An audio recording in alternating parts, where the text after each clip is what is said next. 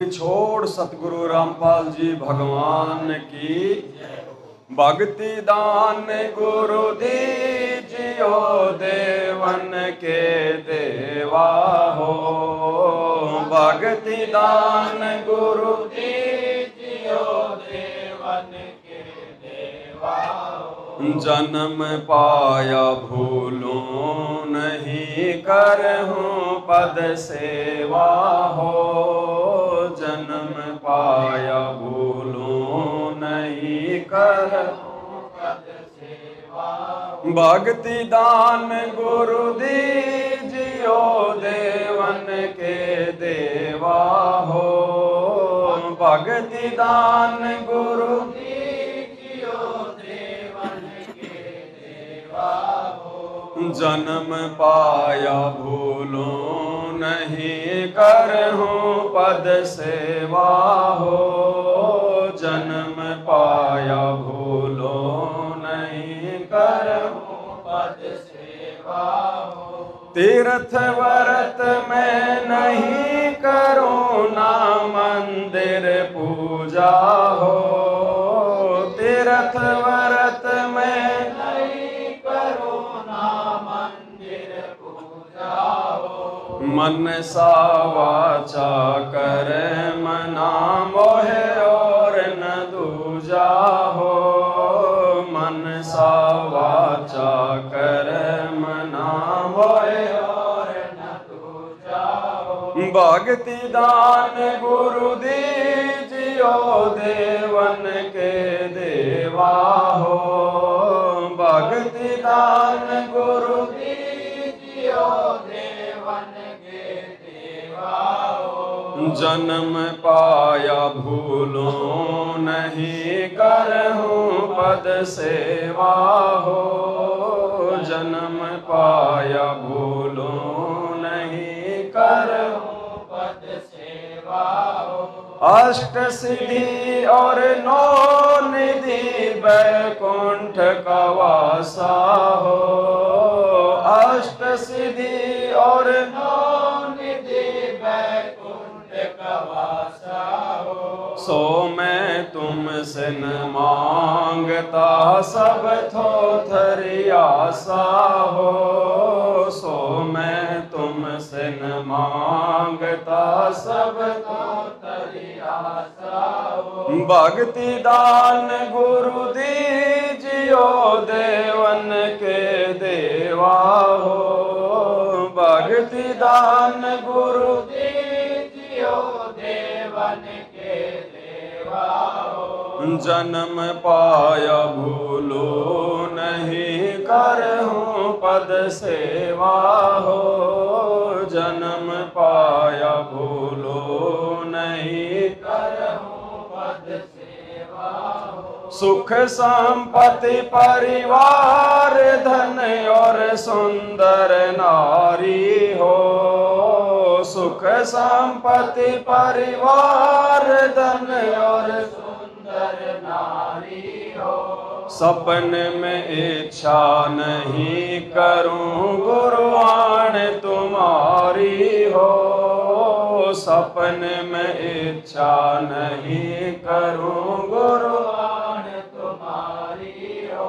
भक्ति दान गुरु दीजियो देवन के देवा हो।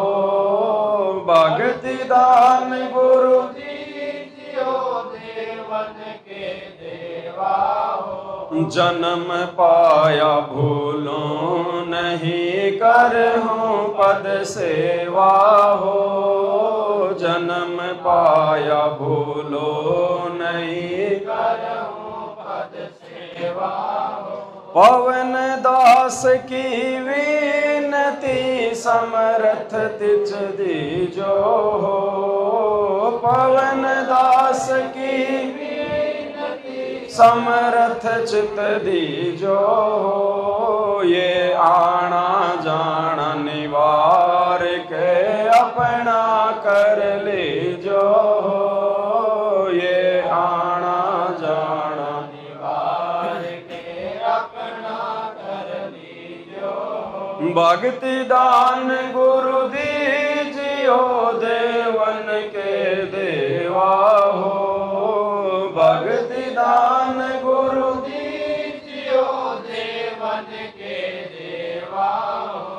जन्म पाया भूलो नहीं, करहूँ पद सेवा हो। जन्म पाया भूलो नहीं, करहूँ पद सेवा हो। बंदी छोड़ सतगुरु रामपाल जी भगवान की। अब देखो, परमात्मा अपने हर एक शब्द के माध्यम से हमें कुछ शिक्षा देते हैं।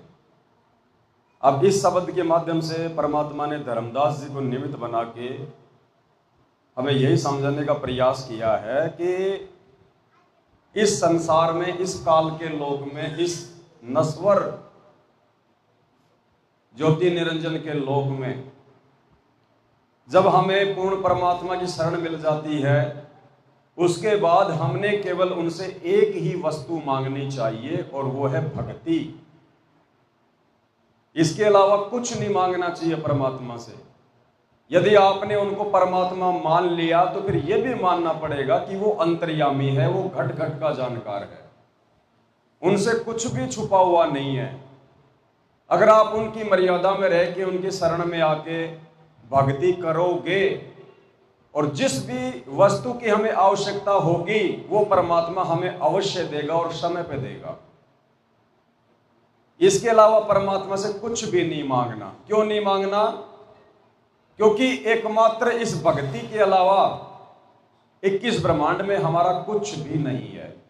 सब कुछ इस काल का है, ज्योति निरंजन का है। इसने तपस्या करके परमात्मा से प्राप्त किया था। 21 ब्रह्मांड की अन्य किसी भी वस्तु पर धन संपत्ति, माँ बाप, बेटा, परिवार, मकान, गाड़ी, घोड़े, किसी भी चीज पर हमारा कोई अधिकार नहीं है। हम केवल इसके गुलाम बने हुए थे और केवल हम इन चीजों का उपयोग कर रहे थे।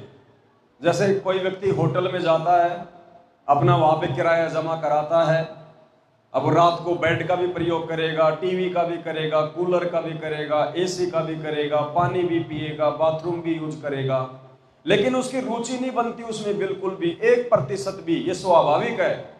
आप चाहे किसी भी होटल में चले जाओ, छोटे से छोटे, बड़े से बड़े में, आपकी रुचि बनेगी नहीं। आप उन सभी चीजों का उपयोग भी करेंगे, लेकिन सुबह वहां से निकलते समय मन में जरा भी नहीं आएगा कि ये चम्मच तो ले चलो, चम्मच तो मेरी है। क्योंकि हमें अंदर से इस बात का पता है कि ये मेरी नहीं है, ये किसी और की है। मैंने तो केवल इसको यूज किया है किराया देकर। तो इसी प्रकार जो 21 ब्रह्मांड है ये एक होटल है, और इस होटल में जितनी भी नकली सुख सुविधाएं हैं ये सब इस काल की हैं।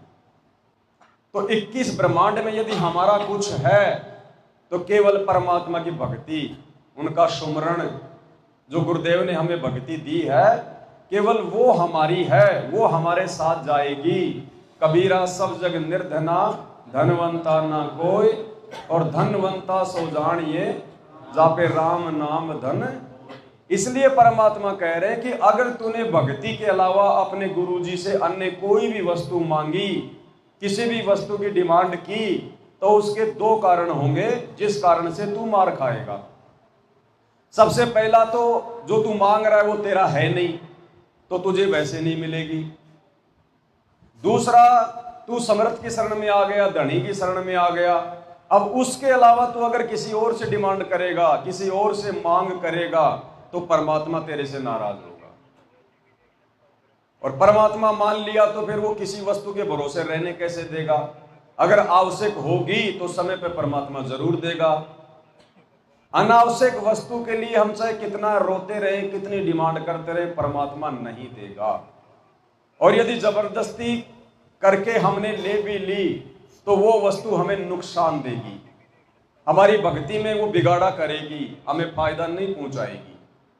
तो गुरुदेव भगवान हमें इस शब्द के माध्यम से ये समझाना चाहते हैं कि इस भक्ति मार्ग में आने के बाद और जब तुम्हें ज्ञान हो जाए, ये तत्व ज्ञान समझ में आ जाए, तो यहां की कोई भी वस्तु अपने गुरुदेव से तुमने नहीं मांगनी है, केवल भक्ति मांगनी है। भक्ति में सब कुछ आ जाता है, सब कुछ। एक सत्संग में गुरुदेव ने बताया कि एक लड़की ने अपने पिताजी को फोन किया, तो पिताजी उसके ससुराल गया। बोला, बेटी बोल क्या बात है? तो उसने अपनी बातें बता दी। उसकी सास से पूछा कि भाई क्यों झगड़ते हो आपस में, किस बात का झगड़ा है तुम्हारा? तो उसकी सास ने कहा जी ये किसी चीज को नहीं छोड़ती है, दूध दिखाई दे जाए दूध को ये पी जाए, छाछ दिखाई दे जाए छाछ को ये पी जाए, मलाई ये खा जाए, घी ये खा जाए, ये छोड़ती नहीं कोई चीज को। तो उसके बाप ने कहा कि बेटी एक काम कर, तू दूध पी लिया कर छिपके, दूध में मलाई भी आ जाती है, मक्खन भी आ जाता है, घी भी आ जाता है, सब कुछ आ जाता है, तो दूध पी लिया कर छिपके। तो इसी प्रकार परमात्मा में समझाना चाहते हैं कि आप केवल अपने गुरु से भक्ति मांगो, भक्ति में सारी सुख सुविधाएं भी आ जाएंगी, क्योंकि वो समर्थ है, उसके घर में किसी चीज की कमी नहीं है। और उसने अगर भक्ति अगर करवानी है तो उसको हमारी आंतरिक डिमांड का भी पता है, हमारे मन में क्या चल रहा है, हमें किस वस्तु की आवश्यकता है, तो समय पे परमात्मा वो भी देगा। ऐसा कोई बाप नहीं है जो अपने बच्चे को किसी वस्तु के भरोसे रखता हो। ये तो परम पिता है, सेठों का सेठ है, इसके घर में तो कोई कमी नहीं है, लेकिन ये अंतर्यामी है, इसलिए हमें वो वस्तु नहीं देगा जिस वस्तु से हमारा बिगाड़ा हो जाए। जब समझदार हो जाएंगे तब देखना परमात्मा छिक छिक के देगा, भर भर के देगा, इतना देगा हमसे समाया नहीं जाएगा। कब देगा? जब हमें ज्ञान हो जाएगा। जिस दिन हम इस तत्व ज्ञान को आधार बनाकर माया के गुण और अवगुणों से परिचित हो जाएंगे कि ये धन, ये पैसा, ये माया कहां मेरे को भक्ति में नुकसान देगी और कहां मुझे फायदा पहुंचाएगी, जिस दिन हम इतना निर्णय करने के लायक हो जाएंगे ज्ञान आधार से, उस दिन वो अंतर्यामी परमात्मा फिर हमारे को यहां के सुख भी देना शुरू कर देगा। इसलिए हमने परमात्मा से केवल भक्ति ही मांगनी चाहिए, भक्ति के अलावा दूसरी वस्तु नहीं माननी चाहिए, डिमांड ही नहीं करनी चाहिए हमने परमात्मा से। तीर्थ व्रत में नहीं करूं ना मंदिर पूजा हो, मनसा वाचा कर्म ना मोहे और न दूजा हो। तीर्थ व्रत मंदिर पूजा, हमें परमात्मा कहते हैं कि जितने भी तीर्थ हैं, जितने भी ये व्रत हैं, ये सब कुछ आपके गुरु जी के चरणों में है। गुरु चरणामृत का मातम में आता है ना, नित्य नियम में, कोटिक तीर्थ सब कर आवे, गुरु चरणा फल तुरंत ही पावे। सब कुछ हमारे गुरु जी के चरणों में है, दुनिया भर के सारे तीर्थ हमारे गुरु जी के चरणों में है। एक कथा सुनते थे पहले शंकर और पार्वती की।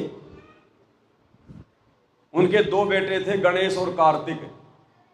उन दोनों में आपस में किसी चीज को लेके और विवाद हो गया कि सबसे बड़ा ज्ञानी कौन है। तो शंकर पार्वती ने देखा कि अगर वैसे कहेंगे तो नाराज हो जाएंगे बच्चे, तो उन्होंने कहा कि भाई एक काम करो, तुम दोनों में से सबसे पहले जो पूरे ब्रह्मांड का चक्कर लगा के वापस आ जाएगा वो ही सबसे बड़ा ज्ञानी है। तो कार्तिक ने सोचा मेरे पास तो मोर है और गणेश के पास चूहा है, मैं तो अभी गया अभी आया। तो वो तो तुरंत उसने उड़ान भर दी और गणेश जी ने अपने माता पिता के शंकर पार्वती के चक्कर लगाने लग गया, 7 चक्कर लगा दिए। तो शंकर जी ने कहा कि बेटा तू क्यों नहीं गया? तो गणेश जी ने कहा कि माता और पिताजी, मेरे लिए तो आप ही सबसे बड़े ब्रह्मांड है, मेरे लिए तो आप ही मेरी दुनिया है, और मैंने आपकी पूजा कर ली तो मेरे लिए तो सारी पूजाएं हो गई, पूरे ब्रह्मांड का चक्कर लगा दिया मैंने। यानी उनको केवल इतना ही ज्ञान था। तो वो बड़े प्रसन्न हुए, बड़े वो खुश हुए।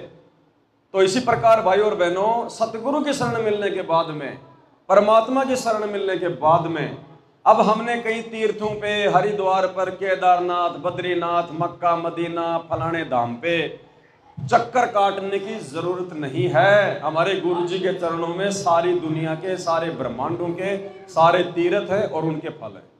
तो हमने सतगुरु की शरण में आने के बाद में ये तीर्थ व्रत मंदिर पूजा वगैरह ये तो करनी नहीं है। इसके अलावा मालिक कहते हैं मनसा वाचा कर्म ना मोहे और न दूजा हो। भक्ति मार्ग में आने के बाद, सतगुरु की शरण प्राप्त होने के बाद, मन कर्म वचन से अपने गुरुदेव के अलावा हमने अन्य किसी को भी इष्ट रूप में नहीं पूजना है। श्रद्धाई नहीं रखनी, जरा सी भी आस्था किसी अन्य में नहीं रखनी है। अपने गुरु जी के अलावा, क्योंकि इस यथार्थ कबीर पंथ में वो कबीर परमात्मा स्वयं ही सतगुरु की भूमिका करता है, स्वयं ही वो गुरु बनकर, तत्वदर्शी संत बनकर अपने द्वारा रची गई सृष्टि का यथार्थ ज्ञान देता है। गरीब निर्गुण सरगुण एक है, दूजा ब्रह्म विकार, निर्गुण साहिब आप हैं और सरगुण संत। और परमात्मा कहते हैं साहिब से सतगुरु भय और सतगुरु से भय संत, धर धर वेख विशाल अंग वो खेल आदि। और तो सतगुरु के अलावा दूसरा कोई भगवान नहीं, कोई इष्ट नहीं। इसलिए हमने अपने गुरु के अलावा मन कर्म वचन से किसी अन्य की पूजा नहीं करनी है, किसी अन्य में आस्था नहीं रखनी है। देखो ये जो 21 ब्रह्मांड है, 21 ब्रह्मांड में जो गुरु भेजता है काल, तो काल की जो व्यवस्था है इसमें इनके गुरु अलग होते हैं और इनके इष्ट अलग होते हैं। लेकिन जो सतलोक की भक्ति है उसमें गुरु और इष्ट दोनों एक ही होते हैं। इसलिए हमने इस भ्रम में नहीं पड़ना चाहिए, इस चक्कर में नहीं पड़ना चाहिए। किसी भी मूर्ख के कहने पर हमने उसके विचारों से प्रभावित होकर अपना धर्म कर्म नष्ट नहीं करना चाहिए।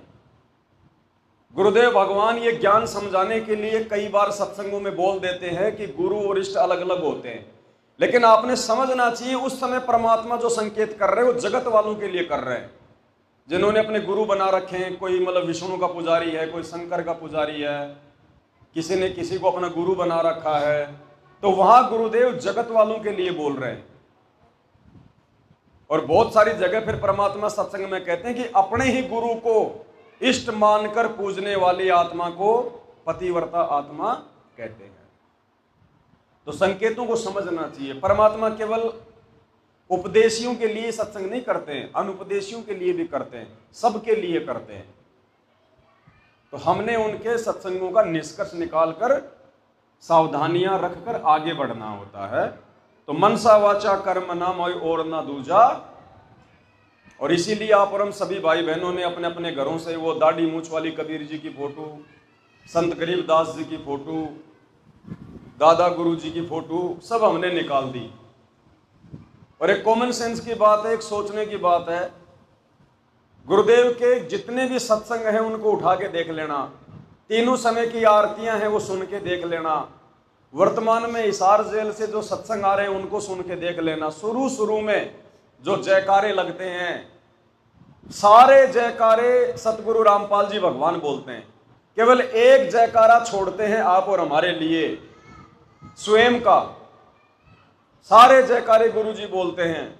बंदी छोड़ कबीर साहिब की जय, कौन बोलता है? गुरु जी। बंदी छोड़ गरीबदास जी महाराज की जय, कौन बोलता है? गुरु जी। स्वामी राम देवानंद जी महाराज की जय, कौन बोलता है? गुरु जी। और उसके बाद गुरु जी चुप हो जाते हैं, चुप हो जाते हैं ना। फिर कौन बोलता है? भगत बंदी छोड़ सतगुरु रामपाल जी भगवान की। इतना बोल के फिर भगत चुप हो जाते हैं। फिर गुरु जी बोलेंगे सर्व संतों की जय, सर्व भगतों की जय, श्री काशी धाम की जय, श्री छुड़ानी धाम की जय, श्री करोथा धाम की जय। गुरु जी केवल एक जयकारा आप और हमारे लिए छोड़ते हैं। इसका मतलब भगत ने केवल एक ही जयकारा लगाना होता है अपने गुरुदेव का।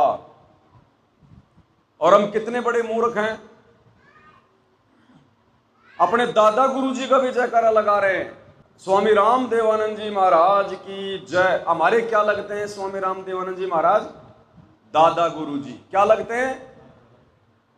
क्या आपने संत रामपाल जी के मुख से कभी ये सुना है कि पंडित चिदानंद जी महाराज की जय? वो तो उनके दादा गुरु जी थे। संत रामपाल जी ने कभी अपने दादा गुरु जी का जयकारा लगाया क्या? तो हम मूर्ख क्यों लगा रहे हैं फिर स्वामी राम देवानंद जी महाराज की जय? ये विचार करना पड़ेगा। कुछ चीजें परमात्मा हमारी कॉमन सेंस पे छोड़ देते हैं कि इन बच्चों को कुछ समझ में भी आ रहा है कि नहीं आ रहा। मैं पढ़ाए जा रहा हूं, ये पढ़े जा रहे हैं, मैं सुनाए जा रहा हूं, ये सुने जा रहे हैं। कुछ अमल भी करते हैं नहीं करते, कुछ रिएक्शन भी होता है कि नहीं होता है इनके अंदर। तो जब हमारे गुरुजी अपने दादा गुरुजी की जय नहीं बोलते तो हम क्यों बोल रहे हैं भाई। और दूसरी बात, गुरुजी ने तो इस ज्ञान को समझाना है, इस ज्ञान को जन जन तक पहुंचाना है। गुरुजी कोई आम इंसान नहीं है, कोई व्यक्ति नहीं है, कोई भगत नहीं है। गुरुजी अगर गधे का भी जयकारा लगा दे तो उनको कोई फर्क नहीं पड़ने वाला, कोई असर नहीं पड़ने वाला। लेकिन आप और हमें पड़ जाएगा, क्योंकि मोक्ष आप और हमें चाहिए। काल के लोक से आप और हमने निकलना है। गुरुजी तो नकली संतों को भी जो है कई बार सत्संगों में बोल देते हैं कि फलाना पूजनीय। हम बोल सकते हैं क्या किसी को? हमारे लिए तो एक ही है पूजनीय, सतगुरु रामपाल जी भगवान। तो गुरुजी भगवान है, उन पे कोई भी जो है वो कर्म लागू नहीं है। ये कर्म आप और हमारे पे लागू हैं। डॉक्टर के ऊपर कोई परहेज लागू नहीं होता, कोई नियम लागू नहीं होता, क्योंकि वो स्वस्थ होता है। नियम और परहेज मरीज पे लागू होते हैं। तो हमने इस प्रकार से सावधानियां बरत के और बहुत सोच समझ के अब आगे भक्ति मार्ग पर एक एक कदम रखना है। देखा देखी में बिल्कुल भी नहीं चलना है। जब शब्द में स्पष्ट कर दिया कि मनसा वाचा कर्म न मोय और न दूजा हो, यानी मन कर्म वचन से इसमें सब कुछ आ जाता है हर प्रकार से, कि ये परमेश्वर आपके अलावा। कौन कह रहा है? धर्मदास। किसको कह रहा है? कबीर जी को। कौन थे कबीर जी? उसके गुरु जी। तो अपने गुरु जी के लिए क्या कह रहा है कि मनसा वाचा कर्म न मोय और न दूजा। अब बताओ, 650 साल पहले परमात्मा किसी का जयकारा बुलवाया करते थे क्या? किसी का नहीं बुलवाया करते थे। राम देवानंद जी का भी जयकारा नहीं बुलवाया करते थे। ना कोई करुणामय का जयकारा लगवाते थे, ना कोई काशी धाम की जय बुलवाते थे, ना कोई छुड़ानी धाम की जय बुलवाते थे।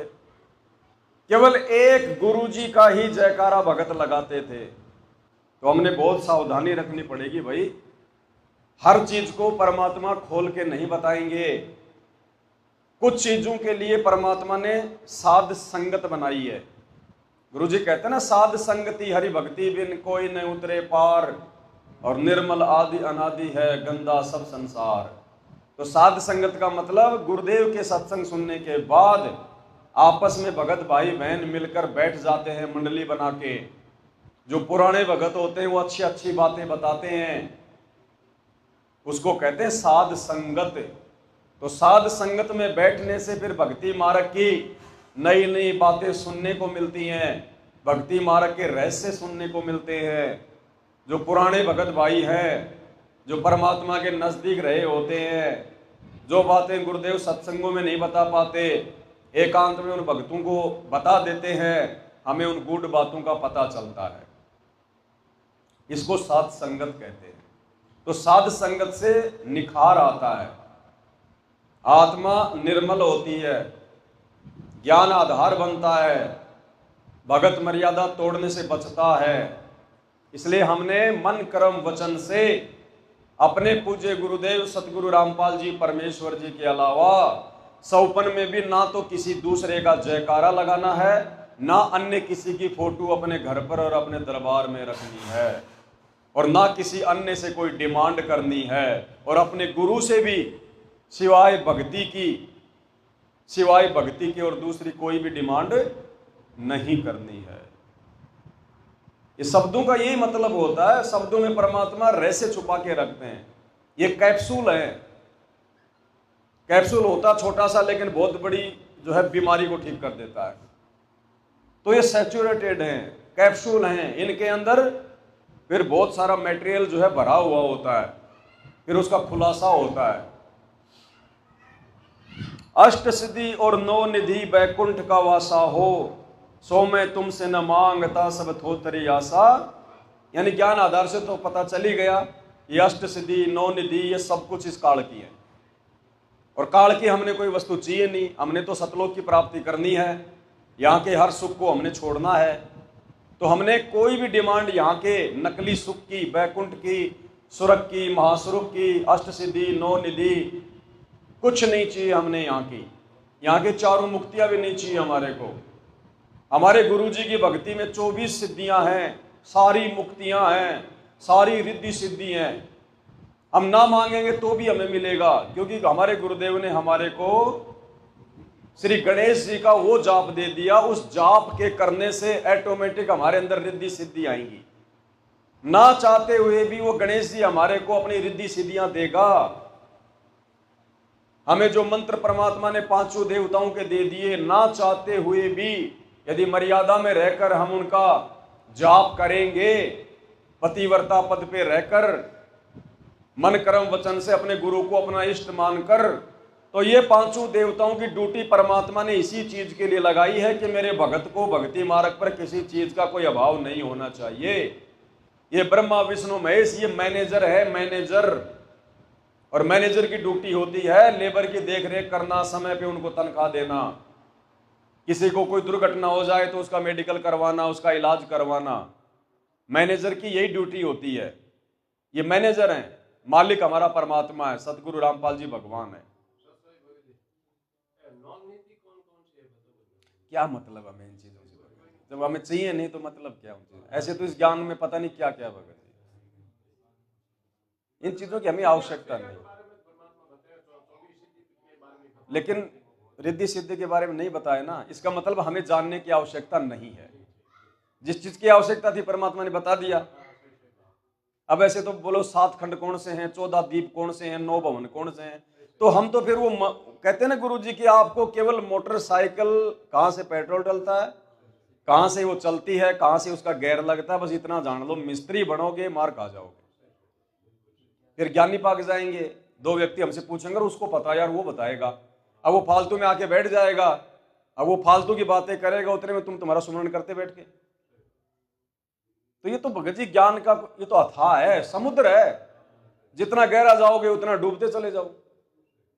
तो जितनी परमात्मा ने हमें आवश्यकता थी उतनी चीजें खोल के बता दी, बाकी नहीं बताएंगे परमात्मा। ये ग्रंथ साहिब है, 24,000 वाणियां, आपको क्या लगता है सारा खोल के बताएंगे? नहीं बताएंगे। ये तो केवल अपनी समर्थता दिखाने के लिए लिखा है कि देखो मैंने चारों वेदों से ज्यादा वाणियां इस ग्रंथ में लिखी है। कोई ये ना समझे कि मैं अनपढ़ हूं, मेरे को कुछ पता नहीं है। लेकिन उनमें से खोल के उतनी बताएंगे जितनी हमारे लिए आवश्यक है, इससे ज्यादा नहीं बताएंगे। अब बाप के पास तो मान लो 20 लाख रुपए, तो क्या बेटे को 20 लाख दे देगा? पेंसिल के लिए 2 रुपए चाहिए तो 2 रुपए देगा, 20 लाख नहीं देगा। ये थोड़ी कि घर में रखे तो सारे उठा के दे देगा। तो जितनी हमें आवश्यकता होगी गुरुदेव हमें उतनी डोज देंगे भक्ति मार्ग की। तो 8 सिद्धि 9 निधि, बस ये सोच लो कि ये यहाँ की सुख सुविधाएं हैं बस।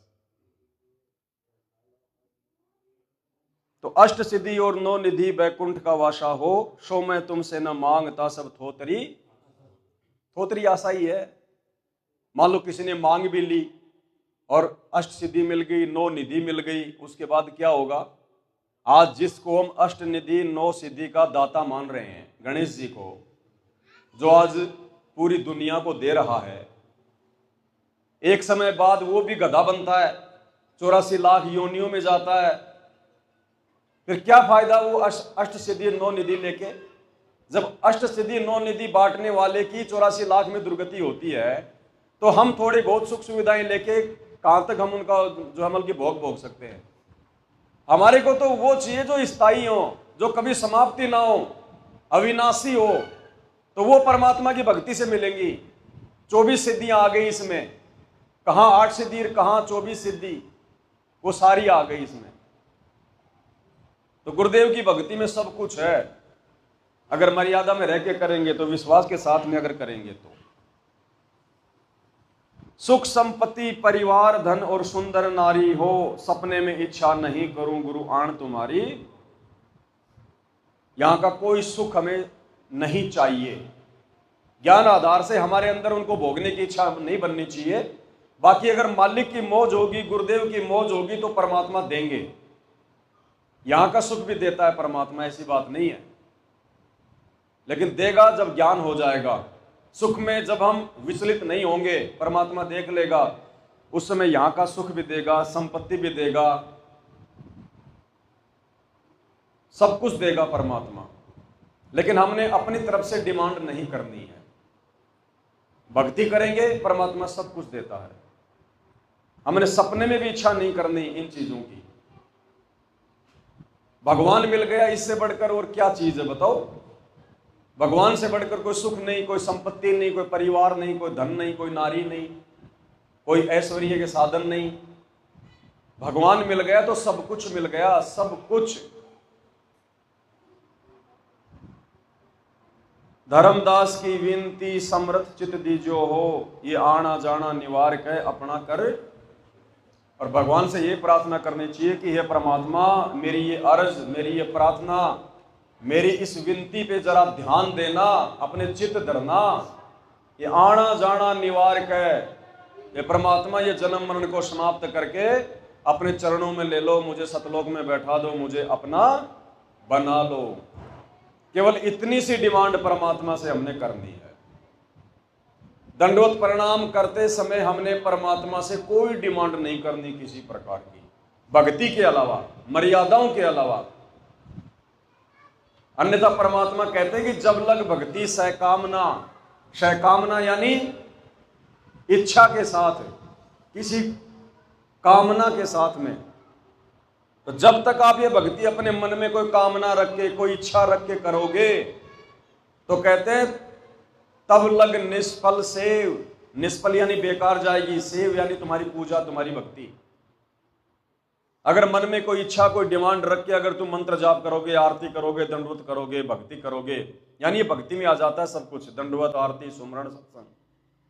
अगर मन में कोई इच्छा पाल के कि बेटा हो जाए, एक मकान बन जाए, अब की बार फसल बहुत अच्छी हो जाए, अगर इस प्रकार की कोई भी डिमांड यदि हम अपने अंदर रख के भक्ति करते हैं, सत्संग सुनते हैं, सुमरण करते हैं, आरती करते हैं, मंत्र करते हैं, या परमात्मा की कोई महिमा करते हैं, दंडवत करते हैं, तो परमात्मा कहते हैं जब तक भक्ति सहकामना तब लग निष्फल सेव।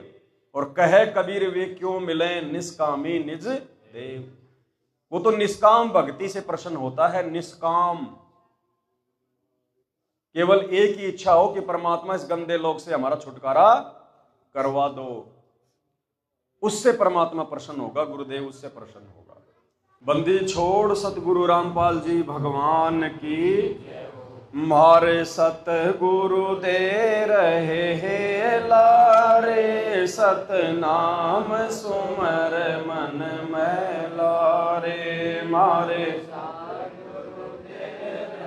हे लारे, सतनाम सुमर मन में लारे, सतनाम सुमर मन में लारे, भगवान सुमर मन में लारे, सतनाम सुमर मन में लारे, भगवान सुमर मन में लारे, मारे सायब दे रहे लारे, सतनाम सुमर मन में लारे, कोडी कोडी माया जोड़ी, जोड़ भरा एक थैला रे, कोडी कोडी माया जोड़ी, जोड़ भरा एक थैला रे,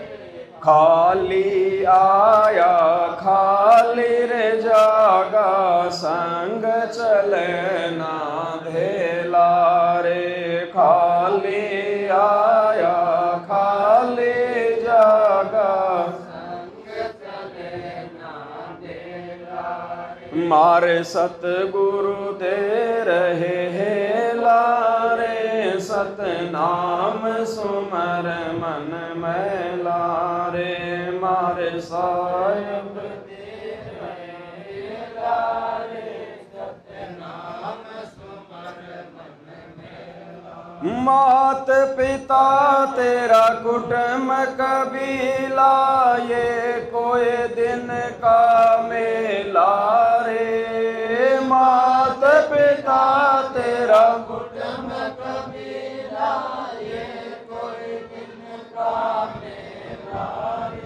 यहीं मिलाया यहीं रे बिछोड़ जा जागा हंस अकेला रे, यहीं मिलाया यहीं रे बिछोड़ जा जागा हंस अकेला।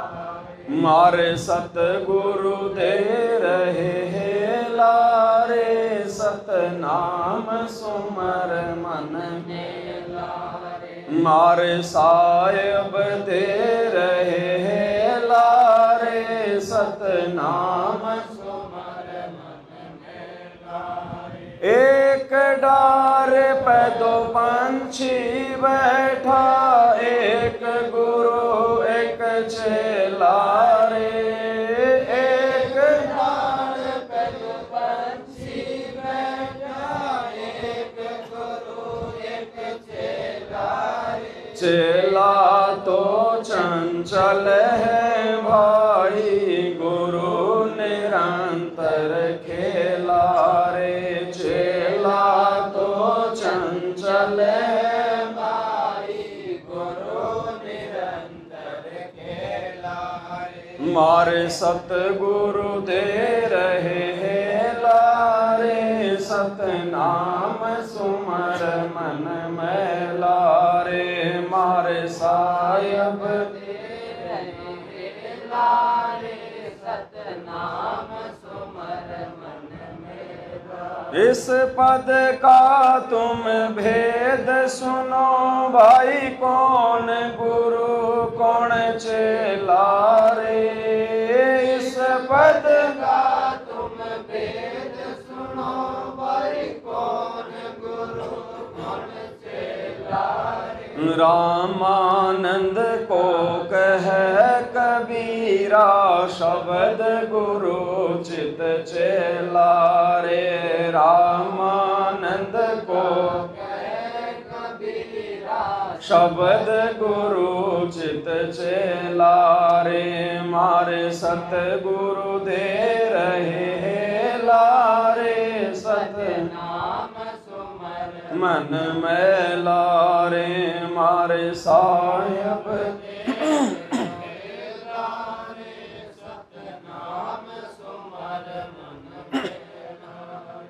अब देखो इस शब्द में एक दो बातें हैं जो समझने की हैं। मारे सतगुरु दे रहे हेला रे, सतनाम सुमर मन मैला रे।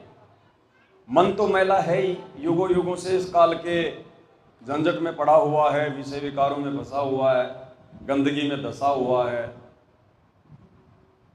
सतगुरु आकर फिर आवाज लगाते हैं, हेला देते हैं। हेला राजस्थान में कहते हैं आवाज लगाना। तो सतगुरु हेला कैसे देता है? सत्संग के माध्यम से आत्माओं को जगाता है, पुकारता है। सतनाम सुमर मन मैला रे, सच्चा नाम उसका सुमरण कर।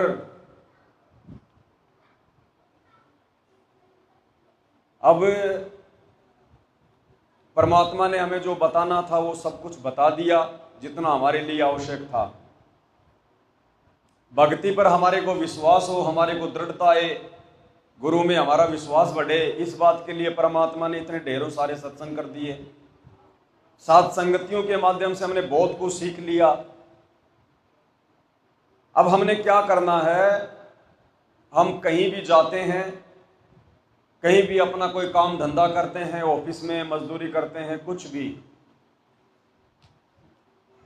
तो हमने ये कोशिश करनी है कि जो हमारा काम है, जैसे हमारा काम पूरा हुआ तो वो कार्य पूरा होने के बाद में हमने इधर उधर की बातें करने के बजाय उसी समय अपना शांति से बैठ के, चाहे चेयर पे चाहे नीचे जैसे भी बैठे हो, कोशिश करो एक अभ्यास हम शुरू करें। तुरंत वहां बैठ के, अगर मान लीजिए 5 मिनट का समय है, आप अपनी ऑफिस में काम कर रहे हैं, लंच हो गया, आपने अपना लंच किया और 5 मिनट का समय आपके पास शेष है, तो 5 मिनट का समय अपने दूसरे साथियों के साथ बकवाद करने में नहीं बिताना, इधर उधर की कोई अटपट करने में नहीं बिताना, मोबाइल में फालतू में यूट्यूब फेसबुक देखने में नहीं बिताना।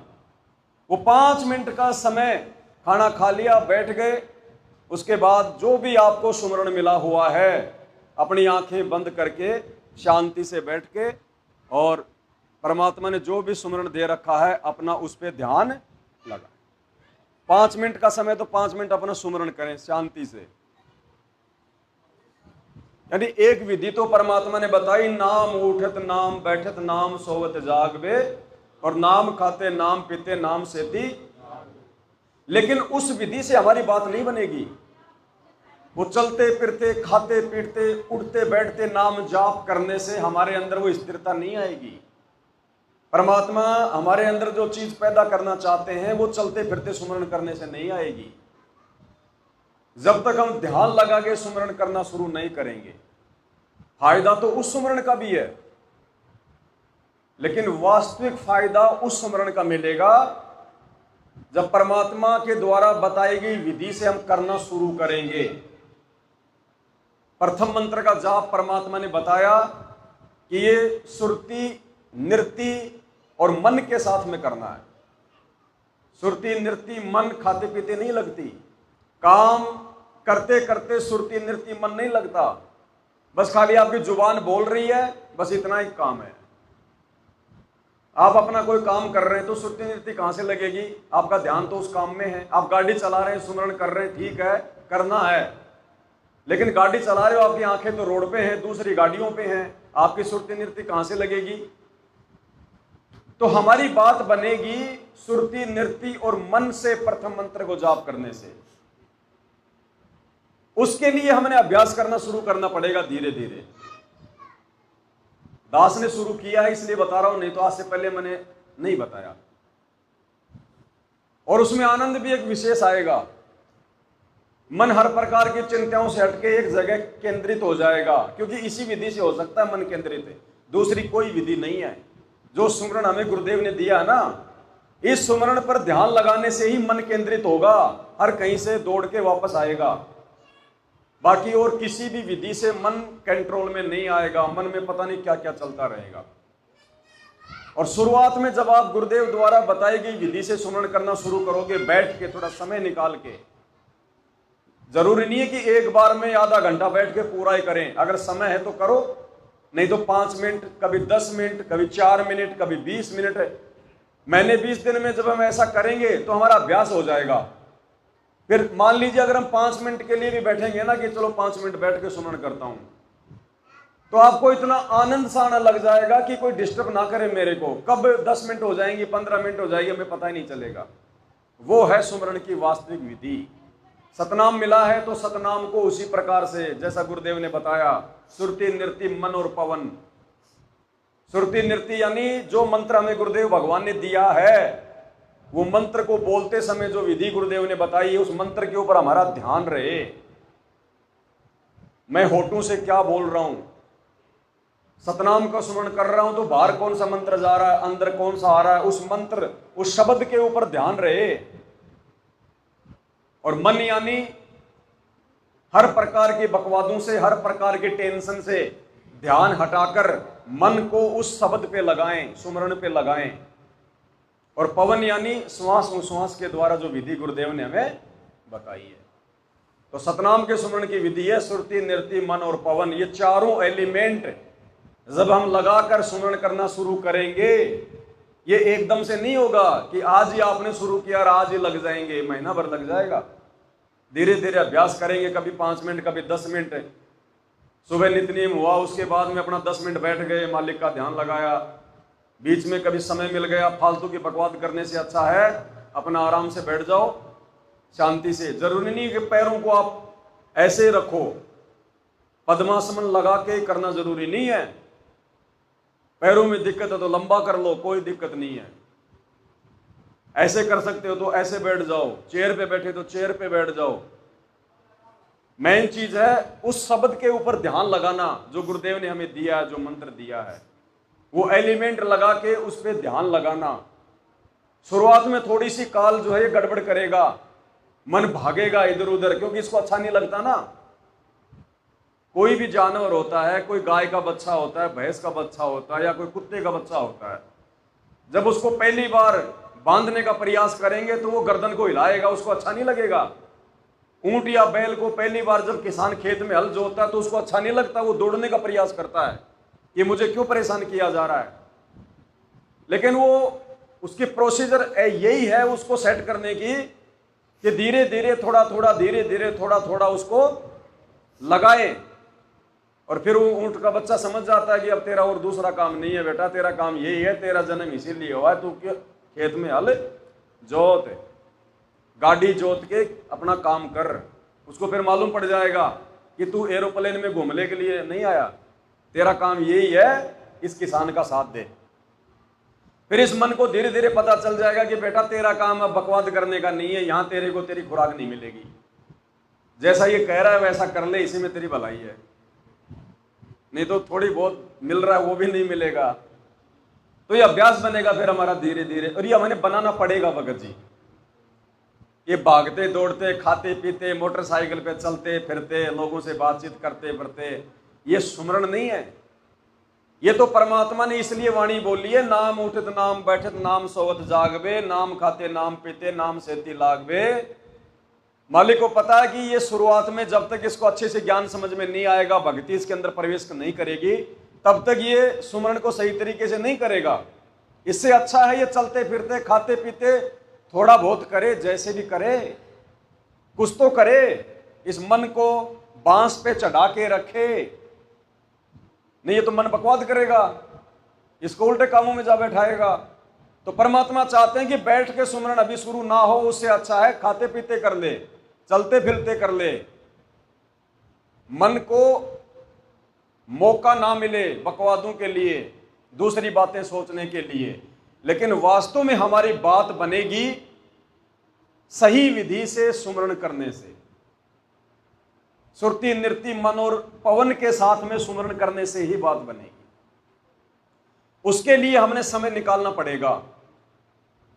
और सत्संगों में परमात्मा स्पष्ट करते हैं कि बच्चों, परमात्मा का काम सबसे पहले, रोजी रोटी का पेट भरने का काम, सांसारिक काम बाद में, सेकंड नंबर पे। प्रथम पे गुरु जी की भक्ति, परमात्मा की सेवा। यानी सेवा का मतलब ये नहीं कि परमात्मा के पैर दबाना परमात्मा की सेवा होती है।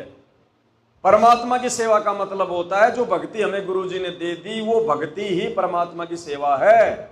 गुरु पद सेवै बिरला कोई, जहां पर कृपा। तो गुरु पद सेने का मतलब है गुरु जी ने हमें जो पद्धति, जो भक्ति की विधि बता दी, उसको करना ही गुरु जी की सेवा करने में आता है। उसी से प्रसन्न होगा गुरु जी। अब तुम गुरु जी के चरण तो दबा दो और भक्ति तुम करो नहीं, तो क्या गुरु जी प्रसन्न हो जाएंगे? तो हमने विधि से अब करना शुरू करना पड़ेगा। सांसारिक कार्यों से थोड़ा सा पीछे हटना पड़ेगा, समय निकालना पड़ेगा। आज अगर समय नहीं निकाला तो कल को फिर समय समय होगा, फिर बात नहीं बनेगी। फिर वो मालिक बताते हैं बैल का जीवन मिलेगा, गधे का जीवन मिलेगा, एक सेकंड की फुर्सत नहीं मिलेगी, फिर एक सेकंड की। तो हमने विधि से सुमरण करना शुरू करना पड़ेगा। आप कहीं कोई सत्संग में जाते हो, साथ संगत में जाते हो, जितनी आवश्यक बात है उतनी करो, उसके बाद अपना बैठ जाओ सुमरण पे, करो विधि से। बैठे बैठे अगर आपके पैर दर्द कर रहे हैं, आपकी कमर दर्द कर रही है, तो लेट जाओ, ध्यान अपना उस विधि पे रखो। विधि जो परमात्मा ने बता दी, उस विधि पे रखो अपना ध्यान। फिर चाहे तुम लेट के करो चाहे बैठ के करो, कोई दिक्कत नहीं है। अब ऑफिस में लेट के थोड़ी करोगे, बैठ के करना पड़ेगा ना। घर पे तो चलो लेट लोगे, बाहर थोड़ी लेट लोगे। तो मेन चीज है जो विधि परमात्मा ने बताई है। और आंखें बंद इसलिए की जाती है क्योंकि आंखें अगर खुली होंगी तो ध्यान हमारा इधर उधर जाता है। इसलिए उस मन को केंद्रित करने के लिए आंखें बंद की जाती है। अन्यथा सुमरण में आंखें बंद करो या खुली रखो, उसका कोई महत्व नहीं है कि आंखें बंद कर लोगे तो भाई कोई ज्यादा तुम्हें कुछ होगा, नहीं। आंखें बंद इसलिए की जाती है कि आंखें जो बंद हैं तो मन को फालतू की चीजें देखने के लिए मौका नहीं मिलता, वो केंद्रित होने का जो है वो प्रयास हो जाता है फिर, इसलिए आंखें बंद की जाती है।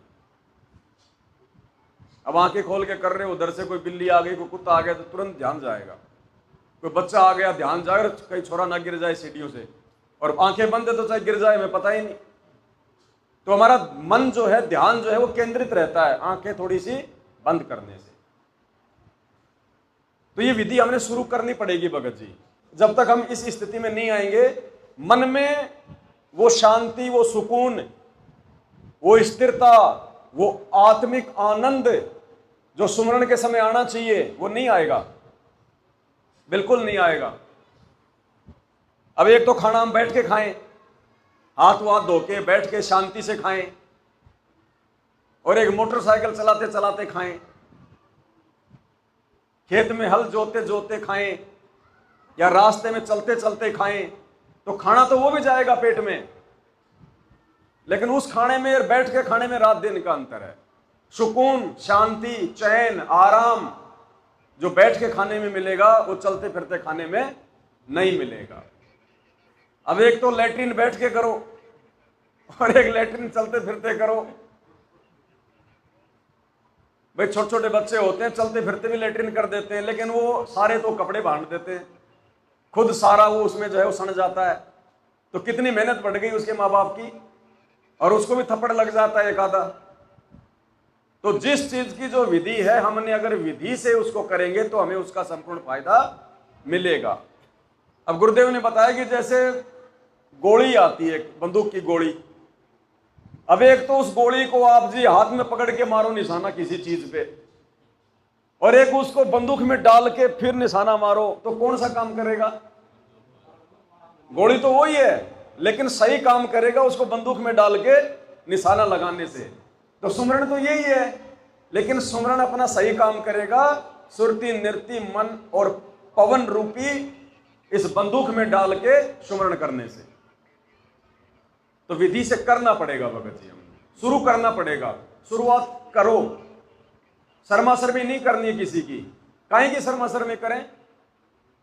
मान लो रिश्तेदारी में चले गए, कहीं ऑफिस में हैं, लोग सोचेंगे यार ये सोचेगा बाबा बन गया, महात्मा बन गया, अरे क्या यार इस कलयुग में तू भी।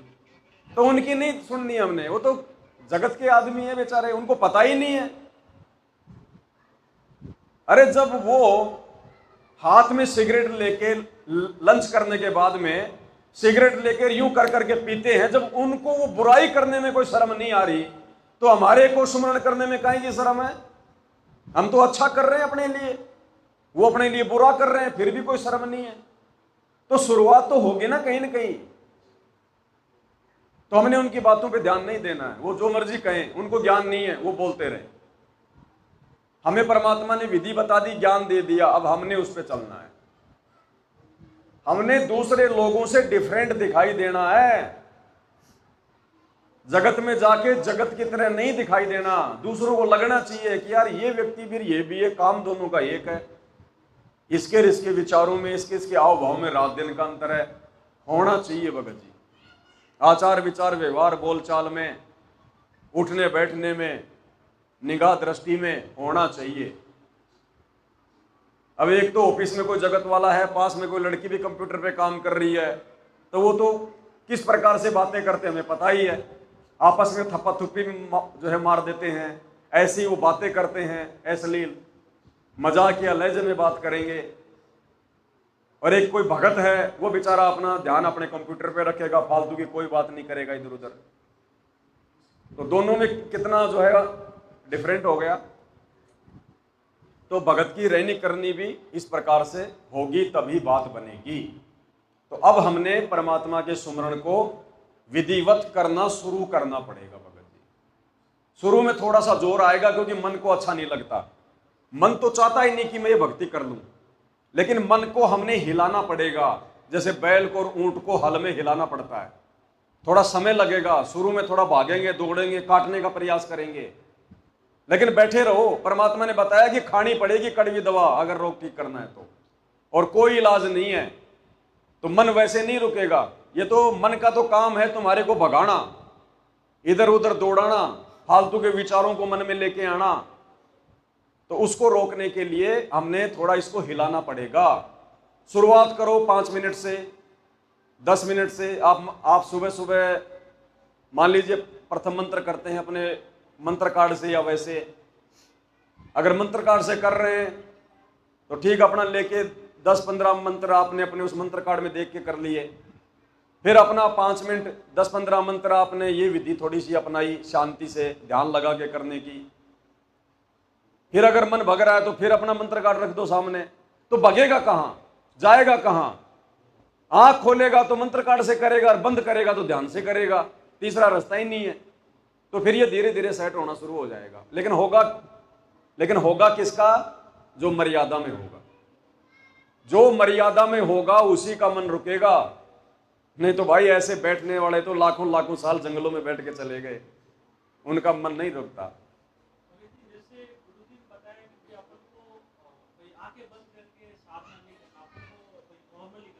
गुरुजी ने कब बताया कि आंख बंद करके साधना नहीं करना?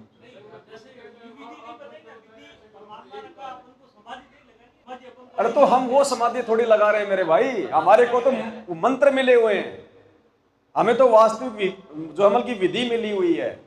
हमारी समाधि थोड़ी लगेगी, हमारी समाधि नहीं लग सकती भगत जी। लगनी होगी तो भी नहीं लगने देगा परमात्मा। ये तो सहज समाधि भगत जी। मैंने क्या कहा, जरूरी नहीं है कि पूरे मंत्र यूं बैठ के करो आधी घंटे। पैर दर्द कर रहे हैं, सीधे कर लो। उस समाधि में कहां पे वो लोग पैर सीधे करते हैं? कोई भी ऋषि महात्मा की फोटो में आपने यूं पैर देखे क्या? फिर अपन कोई खड़े होके थोड़ी मंत्र कर रहे हैं, एक पैर पे खड़े होके थोड़ी कर रहे हैं। चलो ये बात मैंने बोल दी, लेकिन क्या भगत भाई क्या करते नहीं है क्या बैठ के मंत्र? क्या आंख बंद करके क्या कोई मंत्र नहीं करता है क्या? खूब करते हैं। वास्तविक विधि वही है।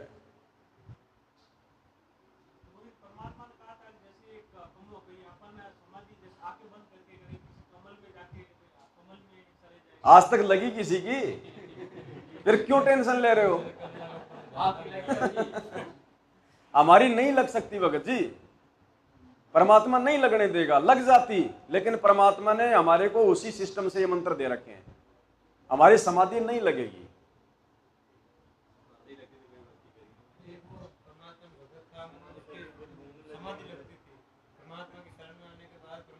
बहुत सारी चीजें हैं, परमात्मा उनको बंद कर देता है, आशीर्वाद दे देता है कि बेटा आज के बाद में तेरी समाधि नहीं लगेगी, नहीं लगती। अरे पार्वती का गुरु पूरा नहीं, पार्वती को मंत्र पूरे नहीं, पार्वती कोई भगत नहीं, उसको कोई तत्वदर्शी संत नहीं, और उसकी समाधि जो लगी थी उसके पिछले जन्म की जो है कमाई से लगी थी। नहीं वही मंत्र तुम कर रहे हो, उससे भी अच्छे मंत्र कर रहे हो, तुम्हारी क्यों नहीं लग रही आज समाधि?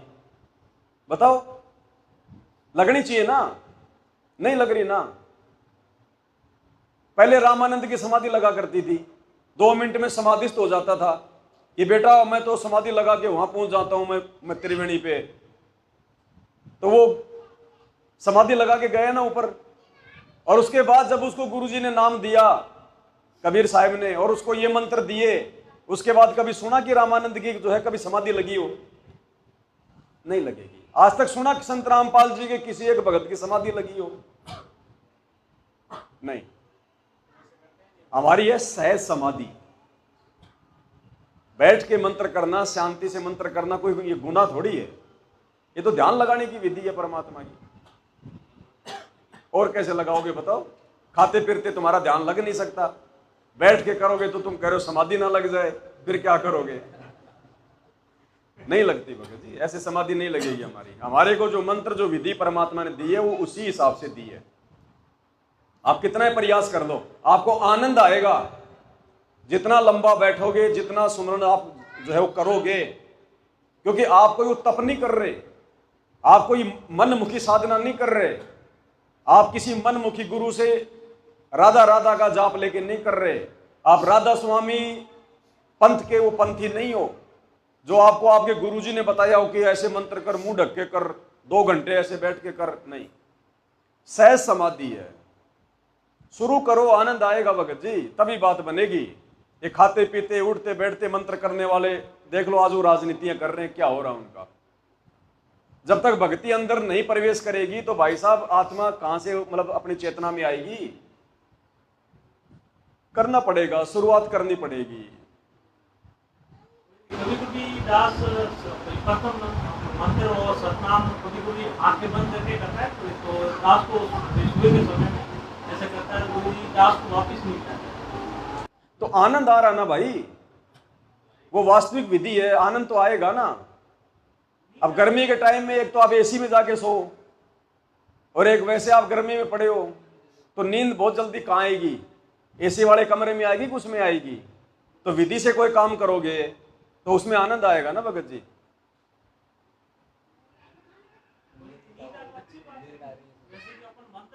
तो नींद आ रही है तो ऐसा तो है नहीं कि आपको मतलब बैठे बैठे नींद आ जाएगी। जब नींद आने लगे तो आंख खोल ले। अरे नींद आने से पहले आंख खोल ले भाई, आंख खोल के मंत्र जाप कर ले, और कोई काम याद आ गया वो कर ले अपना, फिर जब नींद नहीं आवा तब बैठ जा। सहज समाधि, सहज विधि है ये भक्ति की, करना पड़ेगा सिस्टम से भगत जी। आप दुनिया भर की टेंशन लेके, दुनिया भर की बकवादे लेके, और आप सोचोगे कि मैं चलते फिरते मंत्र करके सतलोक पहुंच जाऊंगा, जिंदगी में नहीं जाओगे भगत, कभी जिंदगी में नहीं जाओगे। चलते फिरते आदमी को कभी नींद आई आज तक है? क्यों नहीं आती? नींद लेने के लिए आपको क्या करना पड़ेगा? तो भाई इस भक्ति मार्ग में अगर इन मंत्रों का वास्तविक लाभ लेना है तो आपने बैठ के सुमरण करना शुरू करना पड़ेगा, क्योंकि सुरती, नृत्य, मन और पवन ये बैठ के ही लग सकते हैं, मोटरसाइकिल पे चलते चलते नहीं लगेंगे। ये भाई साहब अपना रेलवे का काम करते हैं, ये पटड़ियों को ठोकते ठोकते सुरती, नृत्य, मन, पवन नहीं लगा सकते। तो इसलिए दास कह रहा है कि बैठ के सुमरण करने का अभ्यास करना पड़ेगा। अब गुरुजी ये बात अगर शुरू से कह दें तो शुरू में भगत जी इतना ज्ञान तो होता नहीं है, 20 प्रकार के लोगों के काम धंधे होते हैं, वो सोचेगा अरे यार ये काहे की भक्ति, यार बैठ के कोई सुमरण होता है क्या? लेकिन गुरुजी को पता कि एक समय आएगा, साल 2 साल 4-5 साल बाद में, ये चलते फिरते सुमरण जब थोड़ा बहुत अपना काम जो है करना जब ये शुरू करेगा तो इनके अंदर चेतना भी आएगी, इनकी आत्मा को फिर अच्छा नहीं लगेगा कि यार ये चलते फिरते करना, इससे कोई आनंद नहीं है। वो खुराक नहीं मिलेगी आत्मा को, जो खुराक उसको चाहिए। अब एक तो बैठ के खाओ आप लड्डू, और एक सामने कोई दूसरा खड़ा हो गया आपके मुंह पे यूं मारे, ले कोई तो नाक पे लगेगा, कोई इधर से निकल जाएगा, एक आधा कोई मुंह में चला जाएगा, तो उसमें नुकसान भी है, उसमें पेट भरने में टाइम भी लग जाए। और बैठ के खाओगे तो 5 है तो 5 खा लोगे फटाफट, है ना? बैठ के करने का फायदा। तो बैठ के करना पड़ेगा भगत जी, भीड़ को देख के मत चलो, भगतों को देख के मत चलो। गुरुजी ने एक ही बात कह दी कि जो प्रथम मंत्र है सुरती, नृत्य और मन के साथ में, और शतनाम का सुमरण सुरती, नृत्य, मन और पवन के साथ में। भाई ये तत्व चलते फिरते नहीं लग सकते, बिल्कुल नहीं लग सकते। आपकी कितनी कोशिश कर लो आप, ये चारों एलिमेंट चलते फिरते नहीं लगेंगे, आपको बैठ के ही लगाने पड़ेंगे। मन को रोकने का यही तरीका है, दूसरा तरीका नहीं है। जो विधि भगवान ने बता दी उस विधि से अगर सुमरण करेंगे तो फिर इस आत्मा को वो वास्तविक आनंद महसूस होगा, तब हमारी रुचि बनेगी भक्ति में। फिर फालतू की बातों में हम ज्यादा ध्यान नहीं देंगे, उठना बैठना किसी के साथ। जब भी समय मिलेगा, 5 मिनट का भी समय मिल गया, तुरंत अपना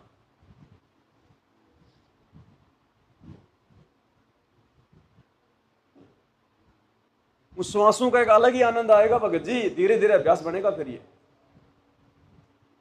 फिर आप दिन में कोई 10 बार ऐसे जब भी समय मिलेगा तुरंत अपना, ये सहज समाधि है। हम ये कोई हट करके नहीं कर रहे कि मेरे को ब्रह्मा जी के दर्शन हो जाएं, मेरा गणेश वाला वो कमल खिल जाए। हमारा ध्यान कहाँ है? जो गुरुजी ने मंत्र दिया उस पे है। गणेश की खोपड़ी में थोड़ा ध्यान है हमारा, गणेश में लोक में जाने का ध्यान थोड़ी हमारा। हमारा टारगेट क्या है? गुरुजी ने जो विधि बता दी उस विधि से हम मंत्र कर रहे हैं अपने। लगे ना लगे परमात्मा जाने, लग जाए तो हमारा कुछ बिगड़ेगा नहीं, नहीं लगे तो हमारा कुछ जो है वो घाटा नहीं है। हमारी जो कमाई है वो हो रही है हमारी। और कोई भी चीज है भगत जी, आदमी घर से बाहर निकलता है तो वही काम करेगा जहां 2 पैसे मिलेंगे। ऐसे फैक्ट्री में कोई आदमी मतलब फ्री में कोई काम करने जाता है क्या कि ले यार मैं फ्री हूं 5-10 मिनट में तेरी फैक्ट्री में काम कर देता हूं, कोई करता है? तो इस आत्मा को जब आनंद आने लग जाएगा ना, फिर ऑटोमेटिक ये ध्यान लगाने लगेगी, ऑटोमेटिक ये समय निकालने लग जाएगी, ऑटोमेटिक।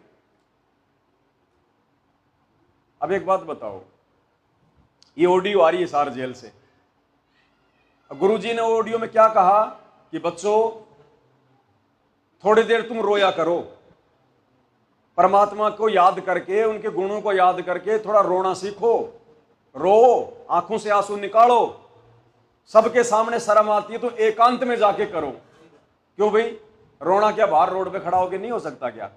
लेकिन रोड पे खड़े होके आप नहीं रो सकते, आपके मन में लोकलाज रहेगी, पड़ोसी कोई देख लेगा, वो देख लेगा, ये देख लेगा, क्या कहेगा। एकांत में जाके रो लोगे क्योंकि वहां आपको कोई देखने वाला नहीं है। तो रोना तो रोड पे भी होता है, फिर एकांत के लिए क्यों बोला गुरुजी ने?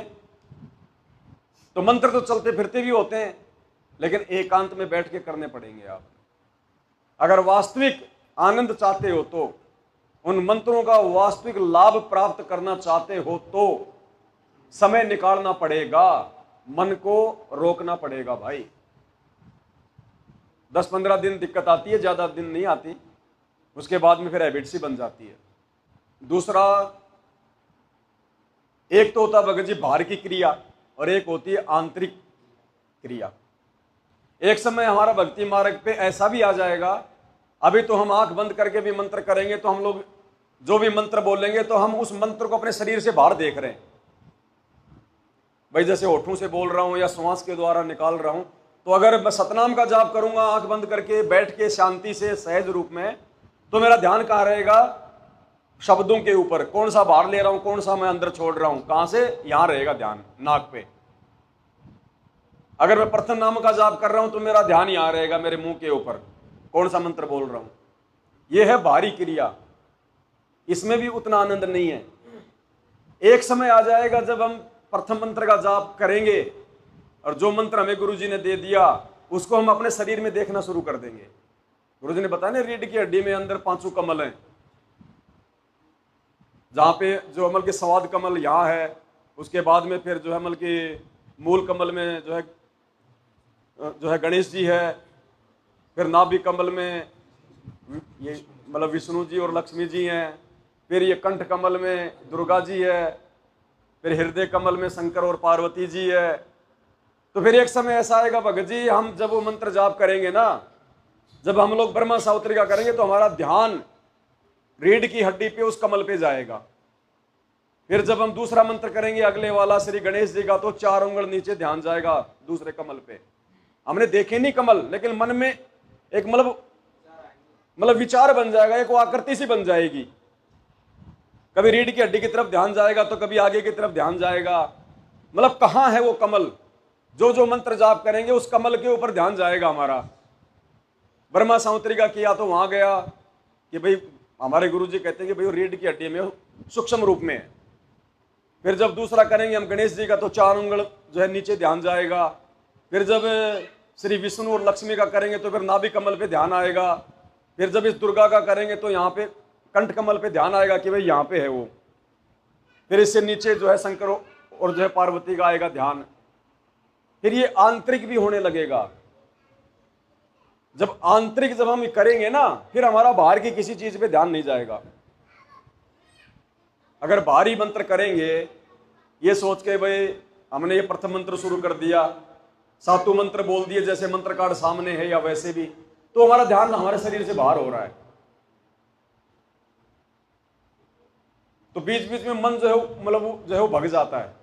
लेकिन जब आंतरिक रूप से हम जब मंत्र जाप जब हम करेंगे ना, तो फिर हमारा ध्यान बाहर नहीं भटकेगा, ध्यान लगेगा। और ध्यान लगेगा तभी बात बनेगी। ध्यान का ही सारा खेल है। अब अपने गुरु जी से ध्यान हटा के तुम और कोई पूजा करोगे तो तुम्हारा मोक्ष होगा क्या? तो गुरु जी ने जो मंत्र दे दिया, हमने मंत्रों को ध्यान से करना है। ध्यान से करने की तो विधि बताइए गुरु जी ने, सुरति नृत्य मन और पवन। वरना अगर ऐसे करने तो फिर ऐसे करते रहो, फिर चलते फिरते। अब उस विधि तो बैठ के लग सकती है भाई साहब, या फिर आप जी लेटे हुए हैं, मतलब शांति में एकांत में बैठने का मतलब ये नहीं कि आप जी मतलब कि बैठ के करो, लेट के कर लो, चेयर पे बैठ के कर लो। कहने का मतलब है एकांत में शांति से, तभी लगेगी और तभी वो आनंद आना शुरू होगा, नहीं तो नहीं आएगा। करते रहो ऐसे तो चाहे कितना है। मालिक ने बताया ना, माड़ा तो कर में फिरे और जीव्या फिरे मुख माही और मन तो चारों दिशाओं में फिरे, ये तो सुमरण नहीं। अब चलते फिरते करोगे तो ऐसा ही होगा भैया। तो गुरुजी हर चीज को कह भी रहे हैं और उस चीज को गुरुजी खुद ही जो है काट भी रहे हैं, यानी वास्तविक विधि कुछ और है, तब बात बनेगी। तो परमात्मा कहते हैं मारे सतगुरु दे रहे हे लारे और सतनाम सुमर मन मैला रे। सतनाम यानी सच्चा नाम, जो प्रथम नाम है उसको भी सतनाम ही कहते हैं, क्योंकि वो भी पांचों देवताओं का सच्चा नाम है। 2 अक्षर का मंत्र है उसको भी सतनाम कहते हैं। सार नाम मिलेगा उसको भी सतनाम कहते हैं, वो सच्चा नाम है उस परमात्मा का। सतनाम का मतलब ये नहीं कि खाली 2 अक्षर वाला नाम ही होता है सतनाम। जो सच्चे नाम है वो चाहे देवताओं के हैं, चाहे परमात्मा के हैं, चाहे काल का है, वो सतनाम होता है। तो यहां जिसको प्रथम नाम मिला है उसके लिए भी वो सतनाम है, सेकंड मिला उसके लिए भी वो सतनाम है। तो शुरुआत भाई और बहनों अब हमने जो है वो कर देनी चाहिए। और ये विधि, ये प्रोसीजर परमात्मा ने आप और हमारी बना दी कि अब हम इस स्थिति में आ जाएं। सतलोक आश्रम मैनेजमेंट वाले इस स्थिति में नहीं आ सकते। पहली बात तो वो मर्यादा में नहीं, दूसरी बात वो गुरु जी को भगवान नहीं मानते, वो पतिव्रता पद पे नहीं है, उनके तो 5-5 पति हैं, उनके अंदर वो भक्ति भाव हो ही नहीं सकता। आपके घरों पे परमात्मा ने बेड लगवा दिया, आप एकांत में बैठ के भी परम मालिक का जो अमल के सुमरण कर सकते हैं। और कहीं भी हैं फालतू की बातें सोचें वोचें, मोबाइल में दिमाग लगाएं, इधर उधर के लोगों से बात करें, उससे अच्छा बैठ के अपना सुमरण करो। कहां दिक्कत आ रही है? क्या रात को आंख बंद करके जब आप सो जाते हो, नींद नहीं आती है, तो क्या आप सुमरण नहीं करते बंद करके? लेटे लेटे सुमरण नहीं करते क्या? अगर उसमें ध्यान लग गया है तो भगत जी, अगर उसमें ध्यान लग गया है तो फिर वो भी तो आंख बंद करके कर रहे हो ना, चाहे 2 मिनट करते हो चाहे 5 मिनट करते हो। लेट के आदमी आंख बंद करके सुमरण करता है ना, तो जो बैठ के कर रहे हो तो क्या दिक्कत आ गई? फिर बैठ के करेंगे थोड़ा उसमें तो रहेंगे।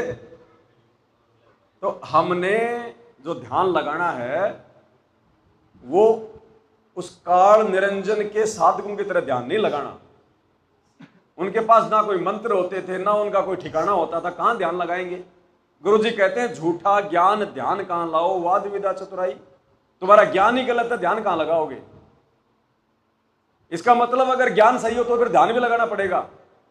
तो अब गुरुजी ने सही ज्ञान दे दिया, सही मंत्र दे दिए, तो अब ध्यान भी लगाना पड़ेगा। मात पिता तेरा कुटुंब कबीला, ये कोई दिन का मेला रे, यहीं मिलाया यहीं बिछुड़ गया जागा हंस। अब ये तो गुरुजी बताते हैं सत्संगों में, भाई यहां तो देखो अकेले आए थे अकेले जाएंगे। ये तो केवल हमारे ऋण संबंध हैं आपस में, माता पिता बेटा बेटी कार कोठी संपत्ति, ये लेन देन है पिछला। तो इन चीजों से भी हमने हटना पड़ेगा। हमने केवल इन चीजों को एक उपयोग की वस्तु ही समझना पड़ेगा।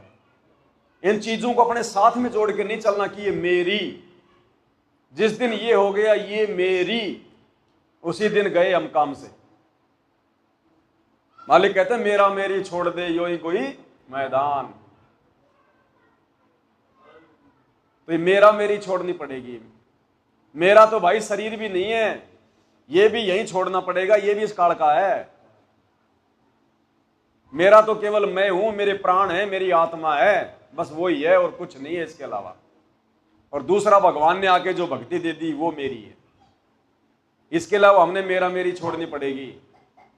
और ये छूटेगी तभी जब परमात्मा की भक्ति को ज्यादा महत्व देंगे, परमात्मा में ज्यादा ज्यादा ध्यान लगाएंगे। तब इनसे ऑटोमेटिक, जब आत्मा मजबूत होगी तो मन का प्रभाव ऑटोमेटिक कमजोर होगा। मन का प्रभाव है तो परिवार में मोह ममता भी रहेगी, रजोगुण भी रहेगा, तमोगुण भी रहेगा, सतोगुण भी रहेगा। और जब भक्ति बढ़ेगी, मन का प्रभाव कम होगा, आत्मा ऊपर उठेगी, तो ऑटोमेटिक वो चीजें पीछे हट जाएंगी। जबरदस्ती छोड़ने की जरूरत नहीं है। ऑटोमेटिक छूटेंगी, लेकिन बढ़ानी पड़ेगी भक्ति, और भक्ति बढ़ेगी सही विधि से। अब गुरुजी ने क्या बताया एक सत्संग में, गुरुजी ने कहा कि थोड़ा सा ये अभद्र लगता है लेकिन सही एग्जाम्पल है। अब मान लीजिए आपने 4 गिलास जो है आपने पानी के पी लिए, अब थोड़ी देर बाद आप चाहे ध्यान लगाओ चाहे ना लगाओ, ऑटोमेटिक आपका ध्यान जाएगा, रह के जाएगा कि बाथरूम आ रही है, ऑटोमेटिक आपका ध्यान जाएगा अपनी इंद्री पे, जाएगा ना। और जिसने पानी पी नहीं रखा हो चाहे कितना ध्यान लगा लो, बाथरूम नहीं आएगा, आएगा नहीं बाथरूम, क्योंकि पानी आपने पिया ही नहीं। तो कितना ध्यान लगा लो क्या आ जाएगा बाथरूम, वापस जाके आ जाओगे बाथरूम से। और पानी के 4 गिलास पी लो, ध्यान लगाओ चाहे ना लगाओ, ऑटोमेटिक बाथरूम उतरेगा, आएगा ना। तो ऐसे ही भगत जी सही विधि से भक्ति करेंगे तो ये तीनों गुण, विषय वासना विकार ऑटोमेटिक ही हटेंगे। ये हमने विशेष जोर जबरदस्ती करने की जरूरत नहीं है, और जबरदस्ती करने से ये नहीं हटते। जिसने जबरदस्ती की है उन साधु संतों ऋषियों की इस काल ने दुर्गति करवाई है। पाराशर ऋषि ने जबरदस्ती करी, शादी करते ही अपनी पत्नी से बोला मैं तो जंगल में साधना करके आऊंगा 12 साल, उसके बाद में बच्चा पैदा करूंगा। हो गया बच्चा पैदा, खुद की बेटे के साथ में संभोग कर बैठा।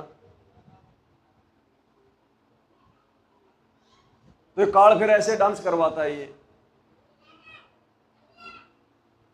अगस्त्य ऋषि का बताया परमात्मा ने, जो सातों समुद्र पी गया था, उसने भी वो काम किया। एक राजा था, वो अपने घर पे ले गया, बैला फुसला के बोला महाराज जी संतान नहीं है, संतान नहीं है। अगस्त्य ऋषि ने उसको आशीर्वाद दे दिया कि तेरे संतान हो जाएगी। 9वें महीने की बेटी हो गई। यानी वो किसकी बेटी, अगस्त्य ऋषि की, अपने वचन से दी ना।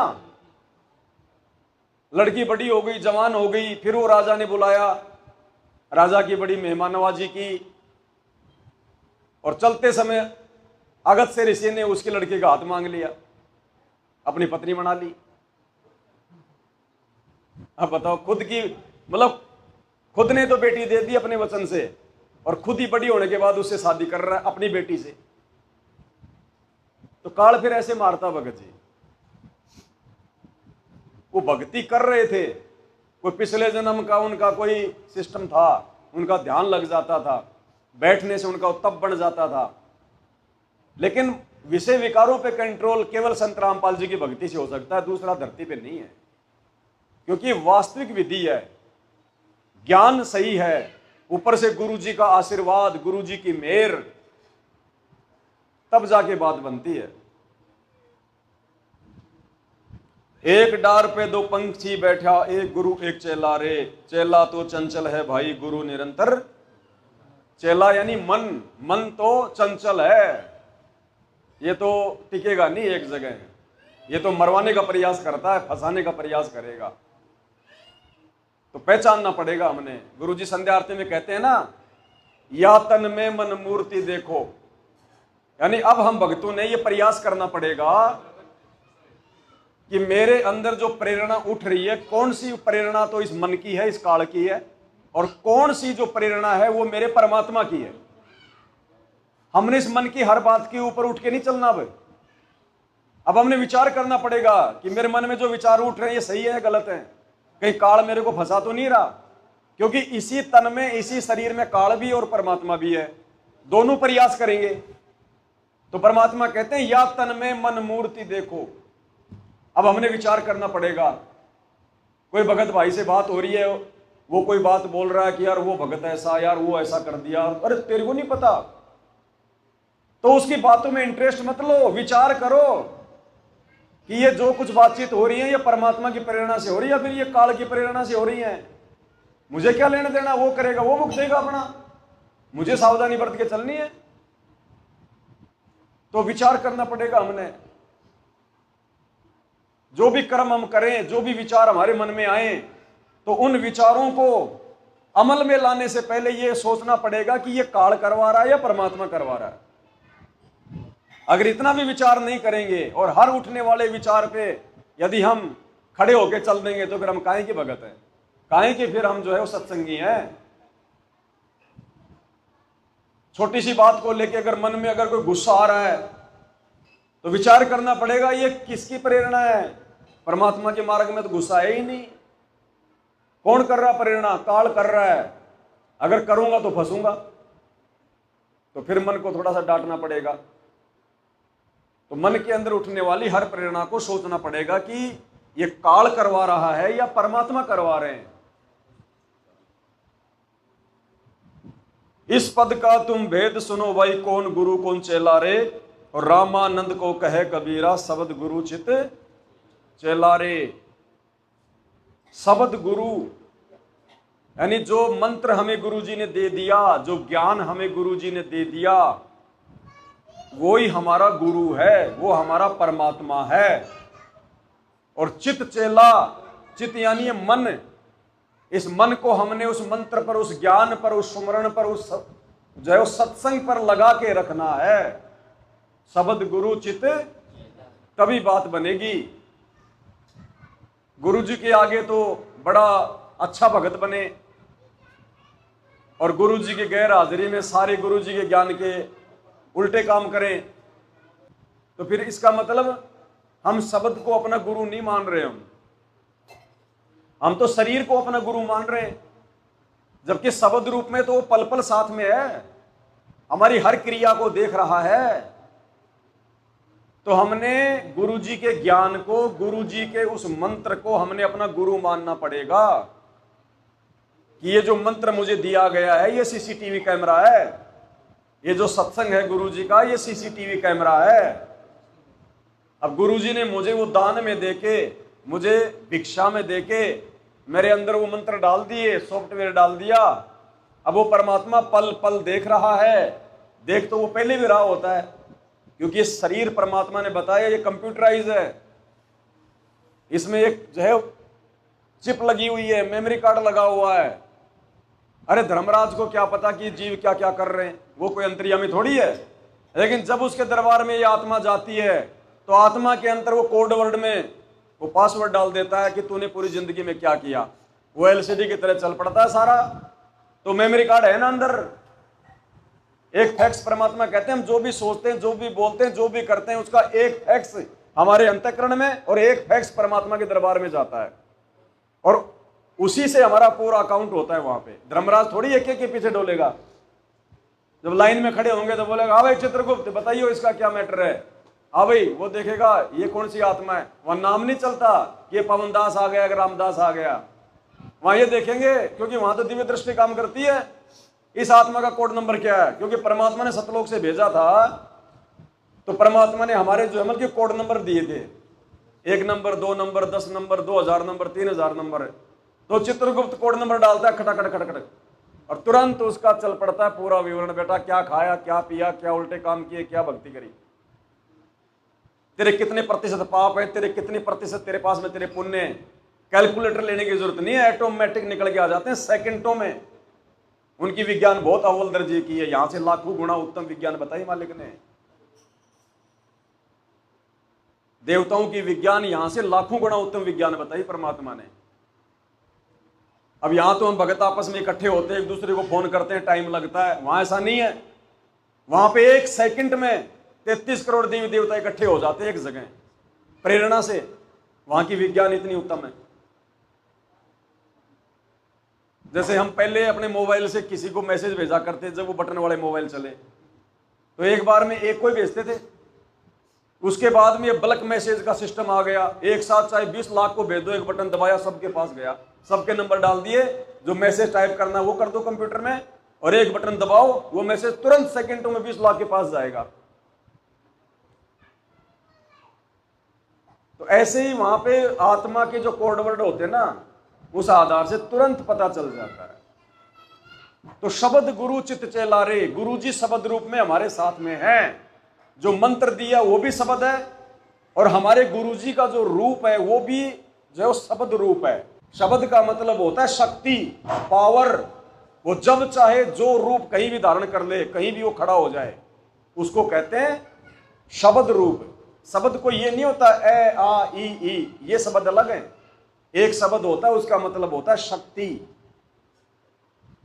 तो हमारे गुरु जी का जो रूप है वो शक्ति है, शब्द है।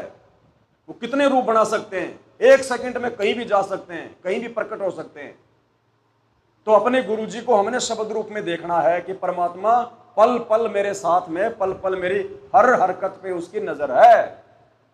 और जब तक ये भय नहीं बनेगा, भक्ति नहीं बनेगी। और भय बनाने के लिए परमात्मा ने ये बोलना पड़ा कि बच्चों ये ना सोचना कि खाली एक मैं कैमरे से ही देख रहा हूं, मैं वैसे भी देख सकता हूं बिना कैमरे के भी। अब क्या मतलब हुआ इसका? सबको देख रहा है, चाहे आश्रम में बैठा हो और चाहे अपने घरों पे बैठा हो। कि मेरे बंदी छोड़ ने मुझे इतनी ताकत दे दी, मैं बिना कैमरे के भी सबको देख सकता हूं। तो साध वचन पलटे नहीं, पलट जाए ब्रह्मांड। वो तो पहले भी देखता था, लेकिन हमें विश्वास नहीं था। अब हमें विश्वास दिलाने के लिए, और ये विश्वास केवल हम सत्सेवकों को होगा, उन आश्रम वालों को नहीं होगा इन बातों का कि गुरु जी क्या बोल गए, क्या कैमरा, क्या दिव्य दृष्टि। उनको नहीं पता इन बातों का, वो तो खाली सुनते हैं बस। और जैसे ही ऑडियो खत्म हो जाए तो जयकारा लगा देंगे बस। विचार आप और हम कर सकते हैं, ये बुद्धि परमात्मा ने आप और हमें बख्शी है। तो परमात्मा अंतर्यामी है, पल पल हमारे साथ में है। और उसने हमें जो मंत्र दे दिया, जो ज्ञान दे दिया, जो मर्यादा दे दी, हमने उन पे खरा उतरना है। अगर हम अपने गुरुदेव के द्वारा बताई गई विधि से चलेंगे तो इसका मतलब ये जो मन है वो सही प्रकार से परमात्मा के शब्द पे लगा हुआ है। शब्द गुरु चित, गुरु जी ने जो विधि बता दी उसके ऊपर अपने मन को लगाना ही वास्तव में अपने गुरु जी का चेला कहलवाना है। बाकी तो गुरु चेले बहुत है भाई। गुरु भाग रहा दक्षिण में, चेले भाग रहे उत्तर में, तो वो कोई गुरु चेला नहीं है भगत जी, वो तो टाइम पास वाला सिस्टम है।